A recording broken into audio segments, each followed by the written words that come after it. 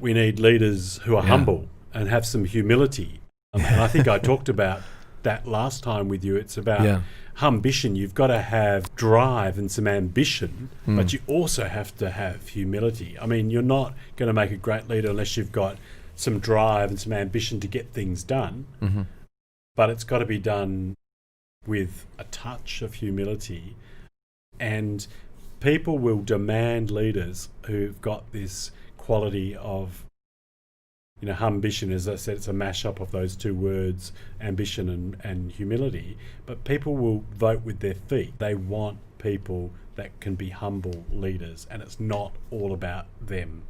That is not impacted the way we've delivered courses. Okay, training. So we're still about humble leaders. There's no lead like Trump course then. No, there's not, and certainly nothing about the charismatic type leader, cult leader. Yeah. Leaders can have charisma, but when they've got too much charisma and no humility about them, that's when the rot sets in. Welcome to another episode of Tech Society, a bi-weekly podcast that offers a cohesive picture of what's happening in the ever-changing world of technology and modern society. Hosted by tech entrepreneurs and whiskey enthusiasts John Nguyen and Alex Dunmo.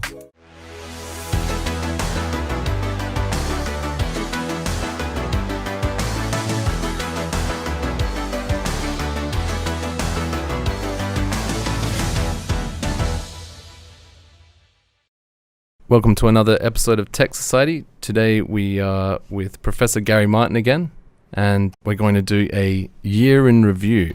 Specifically get Gary's take on the year and roll through it month by month. There's a lot of content to go through, I think. It's been quite a year. Thanks, Alex. Thanks, John. All right. So, is there any year or period in history you would compare 2020 to? Look, I don't think there is. I don't think we can make any comparisons because we're dealing with a year where we've had a once-in-a-century pandemic. And as a result of that, you can start to compare with other times, but we haven't had things like lockdowns, we haven't had the isolation, we haven't had the border closures. Most of us can't remember or relate to some of these sorts of things.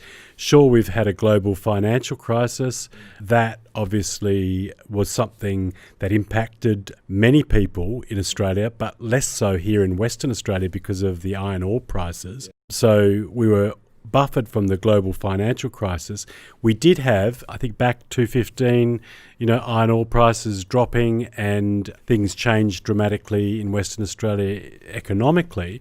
But, that's quite different to, as I said, a once-in-a-century pandemic. Here we had the social aspect, we had the economic aspect all hit us at the same time. So I don't think you should even dream on making those comparisons because it's quite a different situation. And I think most people are going to say that's exactly the case. I guess you can compare it to the flu pandemic in 1917.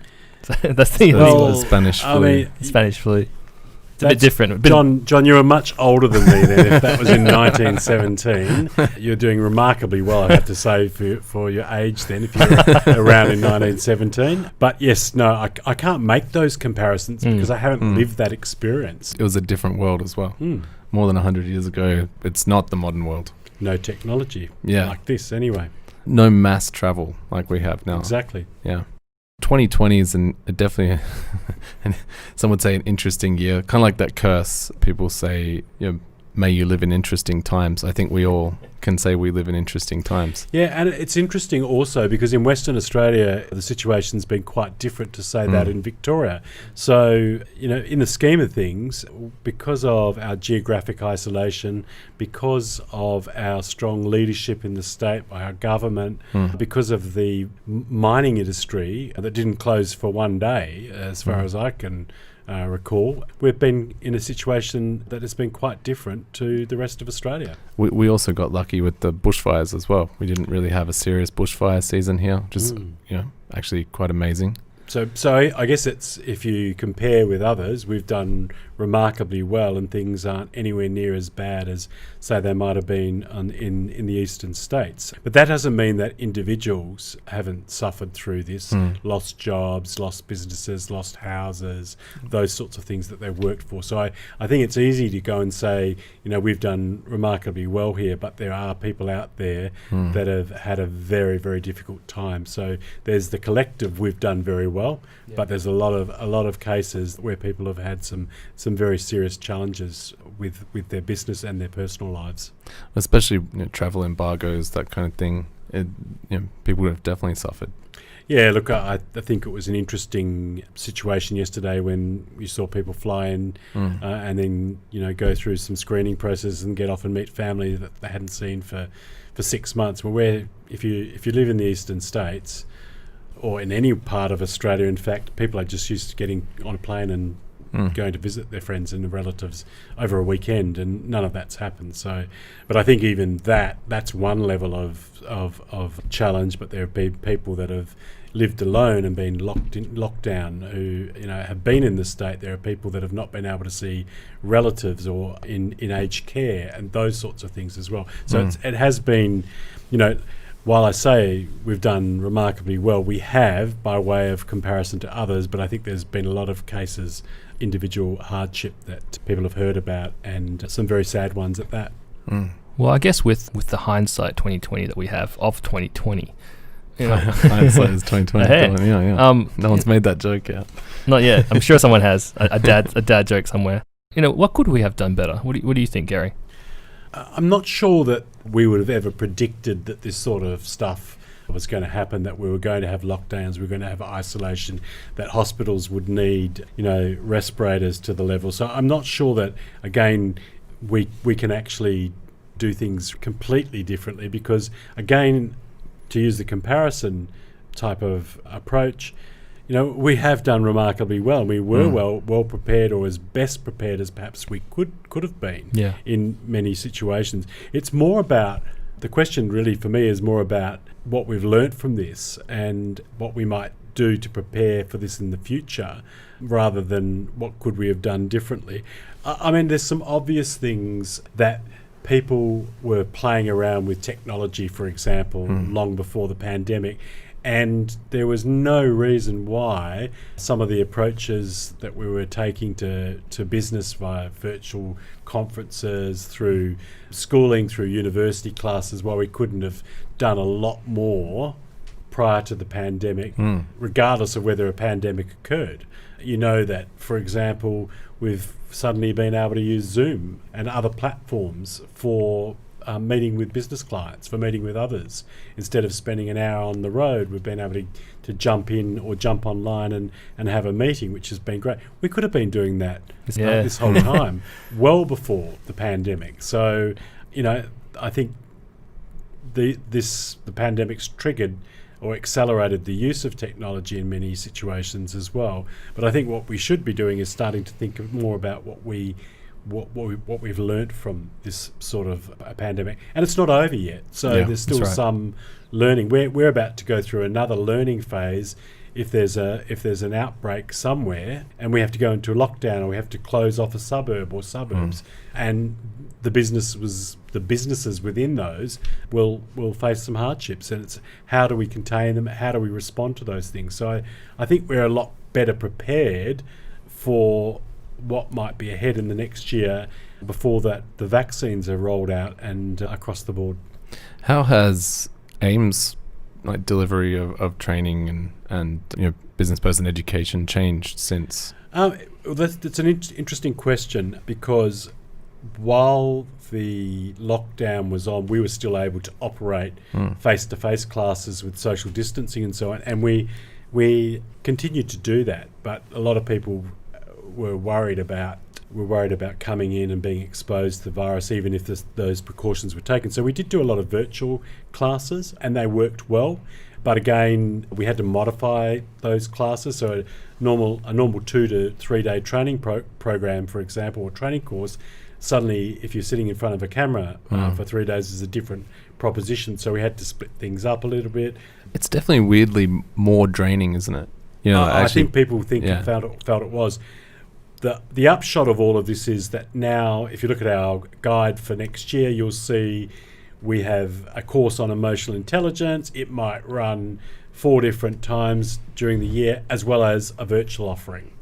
What remains to be seen is whether people want to do the virtual offering, because we noticed when people were going back to the office, when they were getting out and about more, our training courses became very popular again for the face-to-face versions, and the virtual stuff died off. So people still want to come face-to-face. There's no question about it. I think we might have overdone it, or some people might have overdone it with the virtual stuff. And as you said, Alex, it's quite draining doing a training course for an extended period of time. Even just normal meetings. I find the virtual just more... I can't actually explain why. You would think it would be less so. You're sitting at home, you're not wearing pants. It should be less. Sorry, let's just take that step back. You might not have been wearing pants. I was always wearing pants in these sorts of things. So you're very stringent about your... Yes, I am. Yeah, I would have been totally in a suit and a tie doing a virtual conference at home. Not really. I would have been more casual, but that would have included some pants. So anyway, to go back to the point here, it is that the virtual conference stuff works really well for an hour here and an hour there, but it is tiring when it's one after the other. I remember having one after the other, of meetings using Zoom mainly as the platform. And it was very tiring at the end of the day. You felt like you'd had enough and you felt more exhausted than if you'd met face to face with people. So there's no doubt about that. Yeah. So in short, what the pandemic's done to our business is it's actually made it such that AIMWA runs all its training programs face to face, but we have far more virtual offerings than we've ever had on the calendar or in our calendar for next year. Do you feel that, since you said the virtual learning space has a bit less interest, do you think it's because of the fact that it's virtual and people just value it less as well? Yes and no. Look, there's a couple of interesting things here. The virtual space, for some people absolutely love it. So it's not the case that for everyone there's less interest. Some people just prefer it. But I think what I've seen is the majority of people prefer to do face-to-face training if they can. Now, compare it to other sectors. So we're talking about training here. What about shopping? Who prefers what? Well, we've had online shopping for a long time. What do people prefer to do now? I think it's starting to shift. There's a lot of people that want a mall or shopping experience where they can browse in shops and so on. But for me, someone like me, I much prefer to go online and purchase products online, particularly mundane things or everyday things that I know about, than going into a shopping centre. Having said that, I love the experience of going into a shopping centre for something quite different, not to buy those basic products, but to buy different types of products, to have something to eat, to be entertained. And I think shopping centres are trying to embrace that type of approach as well, that provide more than just go in and buy your vitamin pills at the pharmacy. There's other things to do as well, and because you're there, you're going to look for other sorts of experiences that you can buy, but also products that you perhaps wouldn't explore online. What if you had the executive power? What changes would you make for 2021? Executive powers. Well, that's interesting. I'm going to have to stop right there because, I'm not going to have to stop, but I'm going to have to say, Alex, executive powers or force change is never going to work. You've got to bring people along the way.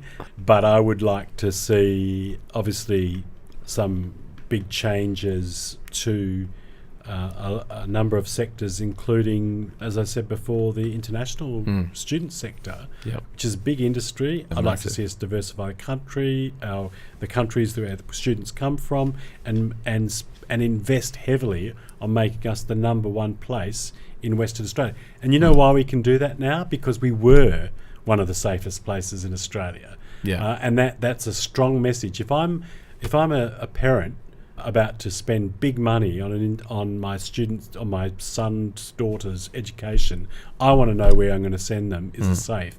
We've got that in Western Australia, a safe place to study.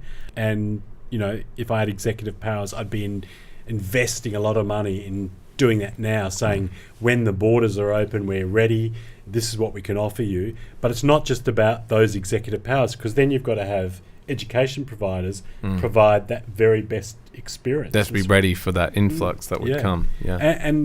And rethink, for example, how campuses serve a purpose. I mean, this comes back to my university background because I worked in universities, so I'm quite passionate about of the course. sort of changes that could take place in the future. But I think that's one thing. And the other one that I really see as important is really ramping up the tourism, hospitality sector. We've got all these fantastic hotels now. Great that we're going to have flights from Melbourne to Margaret River, but investing in WA as the place to come. Melbourne to Margaret River, really? Yes. Used to be. Yeah, I didn't know 3 that. flights a week, I think. Wow. So that's the amazing. sort of thing. Yeah. That's the sort of innovation that we need to boost tourism in this state, so that tourism is not simply, the summer months. It's an all-round proposition, and it has people from all different states. There's some variation just in that. Tourism, international sector, we've got mining sector. What about technology hubs, startups, that sort of stuff is another thing. So hardly executive power, but I'd call it rather a collective effort to try and make those changes into 2021. It's not too late. There's lots of great things that can be done, but I just think we've done a great job in terms of surviving some of this, and I understand why people haven't been able to reset, even though we've talked about reset. I don't know how much we've reset. Talking is a lot easier than actually doing. Well, putting it on a whiteboard always is. How do you, you mark up how we're all going to collaborate and do great things for Western Australia, and then trying to bring parties together and putting the plan into action is a different story altogether. Before we continue this podcast, here's a message from our sponsor. We believe that you can create art and beauty with technology. We think big. We move quietly. We are Ninja Software.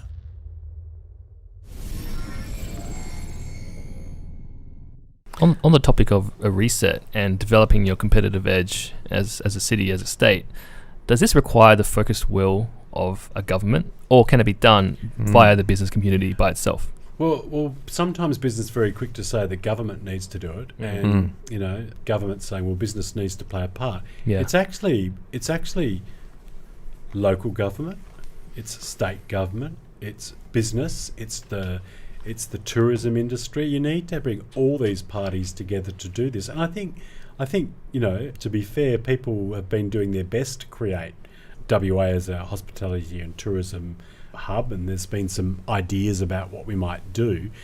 Part of it is the flights, but it's also making stronger connections with the international student community, because international students have parents, and those parents will come and visit their students, their sons and daughters who are the students. Yeah, and quite a lot of wealth there, obviously. From some pockets of the world, yes, absolutely. So I think it's easy to point the finger at one particular industry, but it is a collective that we need to make these things reality. So do you think businesses and government and universities have kind of failed to collaborate on the reset then? I don't want to focus on the negative, but I don't think it's interesting. I don't think they've failed. I think the sense that I got from the group of business leaders that I held a lunch with actually last Thursday was that now's the time to act as we come out of the pandemic. We still have to be cautious. We've talked about what we might do to reset. Now we have to take it to the next level. And again, it's probably not a failure as such. It's just that we were in survival mode. As we come out of that survival mode, we need to turn to thrive mode instead. From survival mode to thrive mode is what we want. And that does involve bringing groups of people together. Obviously, you've got a finger on the pulse, and you have had for, I would say, the duration of the pandemic. How has the morale change been over the last 8 months? Well, it's interesting because I think that there's the biggest challenge in 2021, which is not a business challenge, but it is a business challenge, is the emotional well-being of people. There are still people out there that have lost jobs, have gone back into jobs, they're adjusting, they're retraining, they've been isolated from families. There's a huge, I guess it's the way you describe it, is a lot of emotional baggage out there still. And again, it might not be as bad in Western Australia as it has been in other parts of the country, but I still think there was something called mental health challenges seeping into workplaces before the pandemic, and people were talking about the real issues with mental health. Now, that issue has ballooned, yet we have lots of things, some great initiatives to try and make people more aware of mental health, but it stops there. And it's no good in the workplace to have, be having things like Are You OK Day if you don't actually not know what to do if someone says, no, I'm not okay. and if people are still terrified to say that they're not okay in those situations because there's a stigma still attached to mental health. And I believe we've still got a lot of work to do in 2021 around challenging that stigma. We need ambassadors in workplaces who will be emotional well-being ambassadors, who not only can work with people who are suffering from mental ill health, but they can also help to change that stigma about mental health issues.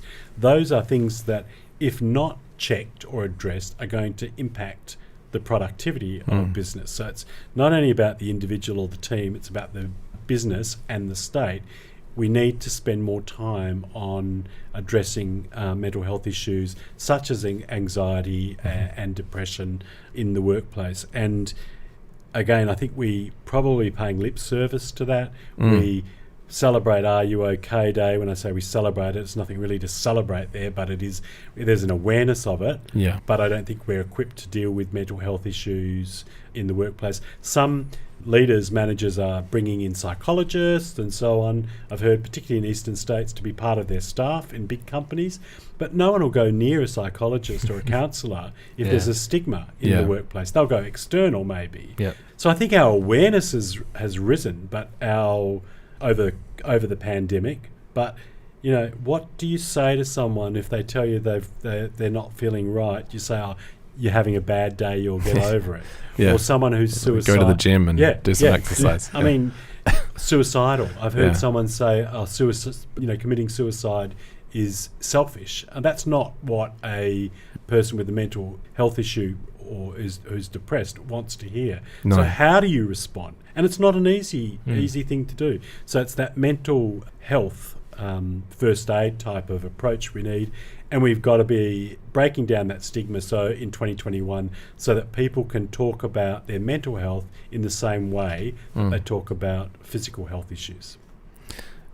I know this may be trivializing it, but if business leaders are listening to this right now and they're going, okay, it sounds good, but what's easy steps for them to take to start going down the right path? Yeah, well, there's a number of organisations that help people to be, if you like, first responders when they discover people have got emotional well-being, mental health type issues. So I think training some people or a couple of people in a workplace who can be there to support team members, employees on a day-to-day basis is a fundamental thing to do. That's a first step. Having people to be able to provide support, not counsellors, not professionals. They don't replace professional staff who can deal or have expertise to deal with these sorts of challenges or experiences people are going through, but having people that understand what you might do if you have people that have got mental ill health on their team, basically part of their team. That's a fundamental. And then being an advocate themselves and embracing the challenge of working with people who are going through a bad time, showing support instead of showing them the door. Show support instead of show the door, which is unfortunately what's happened in the first place. Just the language we use to describe some mental health issues. You hear the language around the place, things like nutter, out of it, not with it, weird, strange. These are words to describe someone who perhaps is a little bit withdrawn because of the experience or the challenge that they're having. Very dehumanizing. It's very humiliating. It's why people don't disclose mental health issues. Do you think businesses are going to be better at handling that moving into 2021 because of the pandemic? No, I don't. Okay. That's my issue, really. I mean, that is the point, and I'm glad you've put it that way. I think we're better at being aware of the situation, but we're still not equipped to handle it. And again, it's all been about we've been grappling with many different things, so we haven't turned our attention to. But the great thing about the pandemic, if there's anything, is that it's made us more aware that people's emotional well-being is important, but now we need to strategize and to work out how we address that in the workplace in an ongoing way. Whether you're a small business or a large corporation, the issues are the same. So I just want to go over some things that have happened in 2020 and get your take on them. Yep. Some of them will be serious, some of them not. Obviously the bushfires. So people remember the bushfires, right? Yeah, So it feels like a long time ago. It does, but, It does, and it's disastrous, obviously, and then followed by the pandemic. Before the pandemic, you had Prince Harry and Meghan Markle quit the royal family. So that was big news. I remember that being on the TV before the pandemic, and people cared.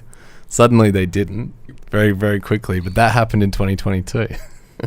Well, in 2020... 2020, comma, two. Yeah. Okay, so, yes. No, I understand that was big news. I don't think it can be compared in the scheme of things, even though it might have got a bit of coverage, to the bushfires and the pandemic and the damage that occurred as a result of both of those major events and, absolutely. Continuous events in both the bushfires. They weren't just one day there's a fire and that's it. They were day after day, and same with the pandemic. And the pandemic obviously is still ongoing, so I don't think you can compare. It's interesting that you say that, because that is will that when we do those end of year type of recollections, I wonder how will it make it in? Yeah, will it make it in the scheme of things? I hope not. And Parasite, a foreign language film, won Best Picture at the Oscars, and that would have been big news in a normal year too. I'd totally forgotten. Great movie though. Was a great movie. The president was impeached. Yes, there's another thing that would have been massive news. The whole election. And what's happened is massive. I wonder what the American networks are going to cover, because with President Trump out of the mix, he occupied so much of their time. That's right. It's actually going to be interesting to see what we see via American news channels now and media outlets. That'll be amazing to see the take that they have on the world from now on, basically. I can't wait. You can't wait. I'm so exhausted from just the constant American politics being blasted into our lives. Imagine if you're actually over there; it would be a lot worse. Yeah. You'd live and breathe it, I think. Yeah. I think the amazing. I mean, I've just been watching away in the background, but the amazing thing one day when President Trump said, "Aren't you lucky to have a president like me?" That was probably the straw that broke the camel's back, because I don't think any leader should ever be thinking that, let alone saying it. Yeah, well, at that point. I was actually going to ask for your opinion on how do you think McGowan has handled the pandemic? Well, I have to say I'm a big fan of how he's handled the pandemic. He's not been pushed over. He's been persistent. He's had an enormous amount of pressure right across the country to do things like open the borders. He's stuck to his guns. I think he has been consistent. People want consistency during traumatic times. I think he's been consistent.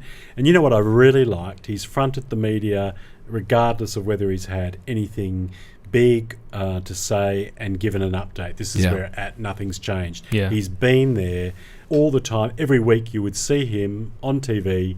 People would look out for him to hear what he had to say about this. Now, things obviously went wrong in places here and there. There were little mini disasters within a bigger disaster. But the way he pushed through these things, the way he communicated, the way he stuck to his guns, I think was really important for WA, and I think we could have easily ended up in lockdown for a lot longer than we were. And I like the way that he's now been able to adjust his approach, and that has been to open the borders, but always, quick to act in case of sign of any further problems, because at the end of the day, it's going to hit us as in Western Australia. If there are outbreaks and they're not controlled outbreaks, then we're going to turn to him and say, how come you let this happen? So, some people said because he's got an election coming up next year, he's just going to keep rolling this approach out. I don't think he has an approach. I think he does stop and listen, gets the advice, and then makes a plan from that advice. And that's where leaders go wrong. They don't take advice. Yep. So we can't go around and say, what advice? He's got the advice. He's taking the advice. When leaders don't take advice, then we've got problems. Yeah. You talked quite a bit about the universities before, and I know the morale at the universities, at the start of the pandemic was really low, and I think the budget from the federal government really hurt them. What's the morale like now moving into 2021? I think there's challenges in just about every university in Australia. Again, it's been a diversity issue, and heavily reliant on international student revenue. Yep. And what you forget is sometimes is that you think, they'll come back next year. Well, they may do, but international students have not only a 1-year tenure, they do degrees. So it's year 1 fees, year 2 fees, year 3 fees, year 4 fees. Now, the more international students you've had, the greater your exposure, the more you're probably hurting at this time. Yeah. A lot of people losing their jobs. Yep. Universities are a vital part of our community. Bringing in international students, as I said, is not just about education. They've got to live, they've got to spend. They make our international students make our communities more vibrant, diverse, which is fantastic. Absolutely. So because we have all of that, universities are suffering. And as I said, the more international students you've had, the greater your exposure, the more cuts that you're going to have. It is interesting because I think the bigger issue, and I was on a program on South African TV. I was invited to be part of that just a couple of weeks ago, and I raised the same point. There's a much bigger issue now besides international students. It's actually that domestic students can study anywhere in the world because we have the know-how. Yeah. So I can study in a Harvard from here if I wanted to, assuming they've got a good virtual experience. But if it's not Harvard, it might be some other brand. So you want to elevate your brand pretty quickly because you can go anywhere you like. You can get a Harvard MBA online now, which obviously Harvard MBA is, I would say, if not actually the top MBA, it definitely looks the best on your... You have to pay for it. But absolutely, But it also lends itself to specialist universities as well. So I can go anywhere in the world now that has the best reputation for the area that I want to study in. Yeah. So that's domestic students. We're not talking international students. I think South Africans were worried about that. And they underestimate the financial ability for already established career professionals to do that. There's a lot of people who do go back and get further degrees.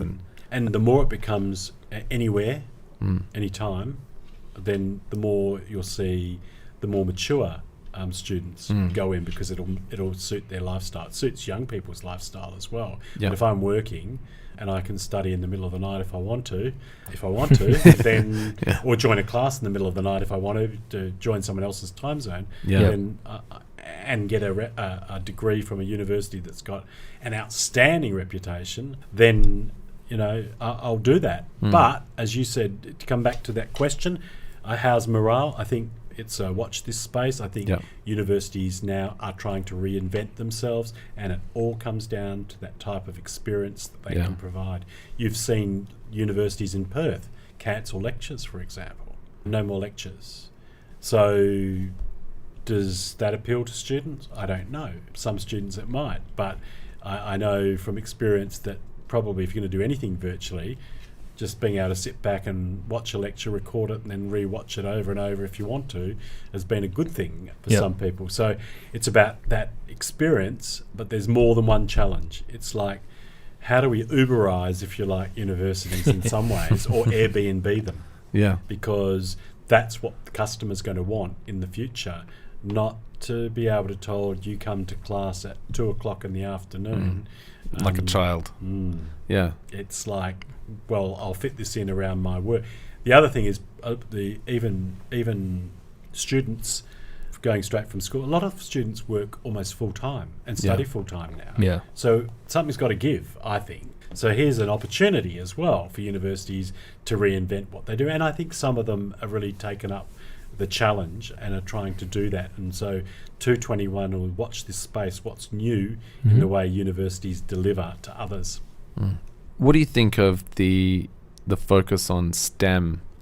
With the I believe in the budget, they're focusing on STEM much to the budget. The detriment of the arts and so on, humanities. The funding is really like rewarding STEM courses and cutting the amount they fund for the arts and liberal arts. Well, I would always say that that's a shame because I think you need both. And I think I understand the need to drive STEM type courses, but without the arts and humanities, they form such a big part of our lives that any disincentive for people to study in those, because what we've seen over the years is we've been pushing people to study courses that result in a job, and a lot of people have now said anything that doesn't directly lead to a job, like history or there's limited vacancies or jobs at philosophy. the end of that. Philosophy. These are very, very powerful, and if we think about what happens to people,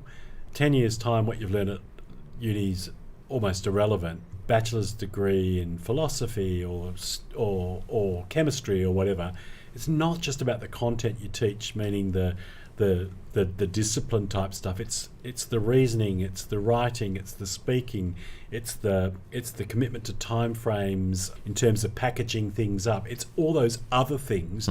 Even these days in universities, it's collaboration with your peers, it's getting on with others. All these things are equally important in university degree. They're learning how to learn type things as well as what you're actually meaning the specific content.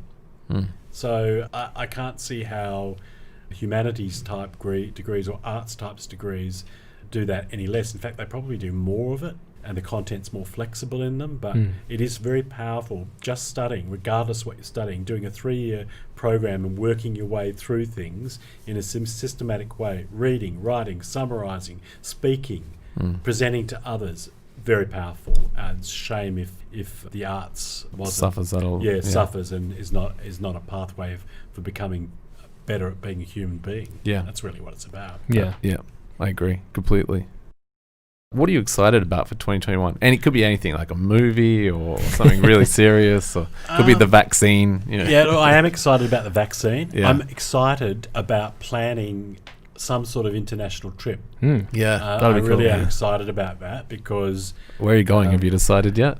To Europe. I went to Greece last year and I'm excited to get back to Greece, but then to branch out from there. I don't think it's going to happen for me next year, maybe the year after.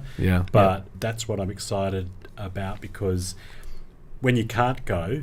You really want to. You really want to go, I really wanted to go this year, but I couldn't go this year. So I'm building up to that.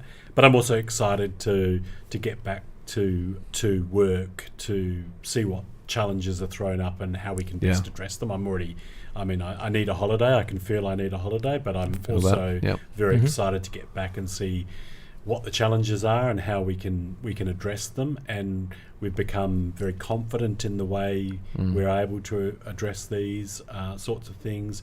We've become very agile in my workplace, in terms of bringing new products and services to life. And that's been quite an inspirational part of working with the people that I've been working with over the last few years. It's our capability in terms of being able to respond quickly rather than take years and months to produce this new course. We've been able to do things quickly when we've all bandied together to do that. And I can't wait to see more of that and what the year holds for that. Excellent. That's great. All right, we always end with a whimsical question. So unless John has one that he's cooked up already. I do not. All right, I want to ask you, what's your favourite Christmas movie? It's amazing that you've asked that question. I do like the Grinch type movies. Nice. Yeah, Cool. so I gotta love that. But there's been so much. I've got so many platforms now. What's been happening at our household is there's so many streaming platforms, from Prime to Netflix to Yeah. Apple TV and Yeah. so on. Binge and Yeah, I've been putting on a Christmas movie every night Fantastic. about 8:30. Yeah. Yeah. And falling asleep by 9 o'clock. So I need to only have a movie on that I've seen many times before, and that's The Grinch. Beautiful. So, Yeah. I think that's a great choice. Yeah. John, your favorite Christmas movie? Oh boy. I didn't expect the question to be thrown at me. Well, this is a year in review. This is not technically an interview. So It's funny because I actually don't know many. I know The Grinch. Yeah. Everyone does. There's actually one I watched recently, and I forget what it's called. It's the one about the origin story of Santa. It's on Netflix. Yeah, I've seen. I It's saw like a that. cartoon. It's like a 3D cartoon. Yeah. The thing is, we're sport for choice now. If Yeah. you like yeah. Christmas movies, Klaus? Klaus, that's Yeah. the one. That Klaus. was really good. Yeah. There's probably 30 or 40 to choose from at the moment, and they're all G-rated well. type movies. There's a few others that are a bit more edgy. Yes. But there's a number to choose from if you like Christmas movies. Yeah, I have three, and I kind of bounce between them. Bad Santa is obviously really fun. Nightmare Before Christmas is amazing. Yeah. I still haven't seen that actually. And Elf is surprisingly hilarious. I can't watch that anymore. I haven't seen that. So times. No, there's another one. Macaulay Culkin movies are around Christmas. Oh, of course. You're Home a- Alone is a watch them Christmas every movie. year. Oh, of course, Die Hard. That's Yes, a Christmas movie. That's not really a Christmas movie, but it is a Christmas Well, movie. Takes place during Christmas. All right. If it's your thing. Yeah, that's right. Yeah, exactly. All right. Thank you so much, Cool. Gary. Yeah, that was a really fun year in review, and I look forward to 2021. Perfect. Thank you. All right. Thank you so much.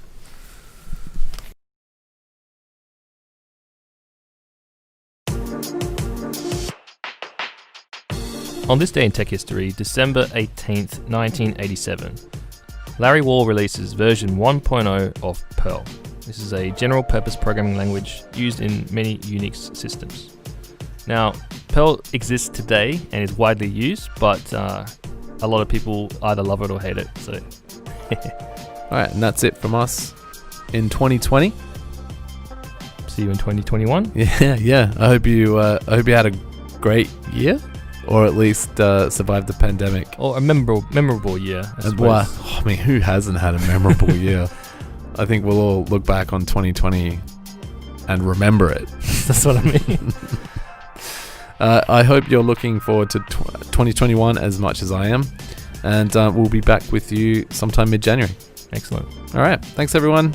See ya. Merry Christmas and a Happy New Year.